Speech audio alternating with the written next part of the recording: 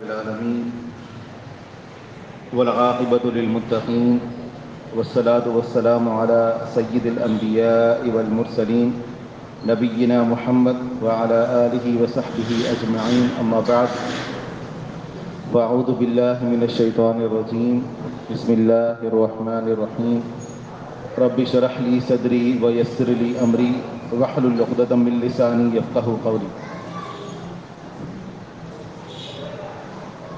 اللہ تعالیٰ کے فضل و کرم سے عقیدے کے حوالے سے یہ ہماری تیسری نشست ہے۔ پہلی جو دو نشست گزریں ان میں ہم نے قدر تفصیل سے عقیدے کے جو پہلی اور بنیادی باتیں ہیں ان کے بارے میں ہم نے سنا۔ عقیدہ کسے کہتے ہیں؟ عقیدہ کا لفظ اس کا معنی ہے باندھ لینا، اور عقیدہ ان تمام سوچوں کو کہا جاتا ہے، ان تمام افکار، ان خیالات کا نام ہے کہ جن خیالات پر دل کا یقین ہو، چاہے پھر وہ عقیدہ درست ہو یا درست نہ ہو، اسے عقیدہ کہا جاتا ہے۔ اس کے بعد پھر ہم نے لفظ ایمان کے بارے میں معلومات حاصل کی کہ ایمان کسے کہتے ہیں۔ لفظ ایمان جسے ہم اپنی روزمرہ زندگی میں استعمال کرتے ہیں، ایمان کا کیا معنی ہوتا ہے؟ ایمان یقین کو کہا جاتا ہے، اور شریعت کی اصطلاح میں ایمان تین چیزوں کا نام ہے: زبان سے اقرار کرنا، دل سے تصدیق کرنا، اور اپنے اعضاء سے عمل کرنا۔ اور توحید کے بارے میں بھی ہم نے پڑھا کہ توحید کسے کہتے ہیں۔ توحید کا معنی ہوتا ہے اکیلا ماننا، یعنی اللہ تعالیٰ کو اس کی الوہیت میں، ربوبیت میں اور اسماء اور صفات میں اللہ تعالیٰ کو اکیلا ماننا۔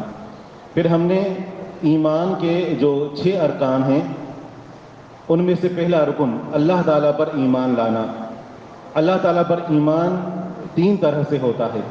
ایک یہ کہ اللہ تعالیٰ کی ذات یعنی اللہ تعالیٰ کی توحید ربوبیت پر ایمان لانا، دوسرے نمبر پر توحید الوہیت، اور تیسرے نمبر پر توحید اسماء اور صفات۔ آگے بڑھنے سے پہلے میں آپ سے ایک سوال کرنا چاہتا ہوں۔ توحید ربوبیت یعنی اللہ تبارک و تعالیٰ کو رب ماننے میں اکیلا ماننا کہ اکیلا ہمارا رب اللہ تعالیٰ ہے، اس بات کی کیا دلیل ہے کہ ہمیں پیدا کرنے والا اکیلا اللہ ہے؟ اگر آپ سے پوچھا جائے کہ آپ کو کیسے معلوم ہوا کہ اکیلے اللہ نے ہمیں پیدا کیا ہے، اللہ تعالیٰ موجود ہے، ہم نے تو اسے نہیں دیکھا، ہم نے اپنے رب کو دیکھا، آپ میں سے کسی نے دیکھا ہے؟ کسی نے بھی نہیں دیکھا، تو پھر ہم کیسے مان لیتے ہیں کہ اللہ تعالیٰ موجود ہے جبکہ ہم نے اللہ تعالیٰ کو دیکھا نہیں ہے؟ جس چیز کو ہم نے نہیں دیکھا اس کو ہم کیوں مان لیں، کیسے مان لیں؟ آپ مانتے ہیں نا کہ اللہ تعالیٰ ہمارا رب ہے، آپ نے اسے دیکھا تو نہیں ہے نا، تو پھر آپ کیسے مانتے ہیں کہ اللہ تعالیٰ ہمارا رب ہے؟ جی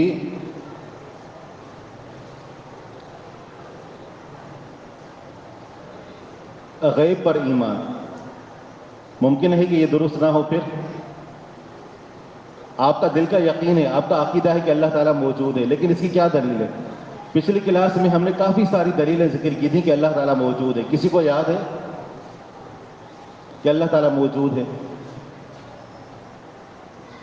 اگر کوئی غیر مسلم آپ سے پوچھے یا کمیونسٹ آپ سے پوچھے کہ آپ اللہ تعالیٰ پر ایمان لاتے ہیں، آپ کہیں گے کہ جی ہاں، وہ کہے گا کہ کیا دلیل ہے اللہ موجود ہے؟ آپ کیا کہیں گے اسے؟ کوئی دلیل نہیں ہے۔ یہ سب سے بڑی کائنات، یہ اللہ تعالیٰ کے وجود پر دلیل ہے۔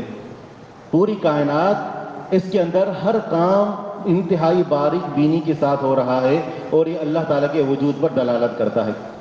دوسرے نمبر پر قرآن کریم موجود ہے، اور قرآن کریم اللہ تعالیٰ کا کلام ہے، یہ اللہ تعالیٰ کے وجود پر دلالت کرتا ہے۔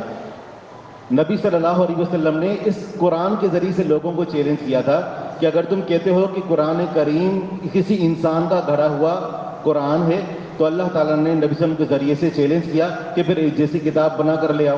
اگر تم کہتے ہو کہ اللہ موجود نہیں ہے اور نبی کا اپنا کلام ہے، تو پھر اس جیسا کلام بنا کر لے آؤ۔ تو قرآن کریم بھی اللہ تعالیٰ کے وجود پر دلالت کرتا ہے۔ تیسرا نمبر فطرت سے ایک دلیل ہے کہ بچہ، اس کو کس نے بتایا کہ جب تم رو گے تو تمہیں غذا ملے گی؟ اسے اللہ تعالیٰ نے بتایا، اسے اللہ تعالیٰ نے سمجھ دی، چاہے وہ انسان کا بچہ ہو یا کسی جانور کا بچہ ہو۔ اس کے اندر یہ احساس پیدا کرنے والی ذات اللہ رب العالمین کی ہے۔ اس کے علاوہ اور بھی بہت سارے دلائل موجود ہیں جو اس بات پر دلیل ہیں کہ اللہ تبارک و تعالی ہمارا رب ہے اور وہ موجود ہے۔ ہم بغیر دیکھے اپنے رب پر ایمان لاتے ہیں۔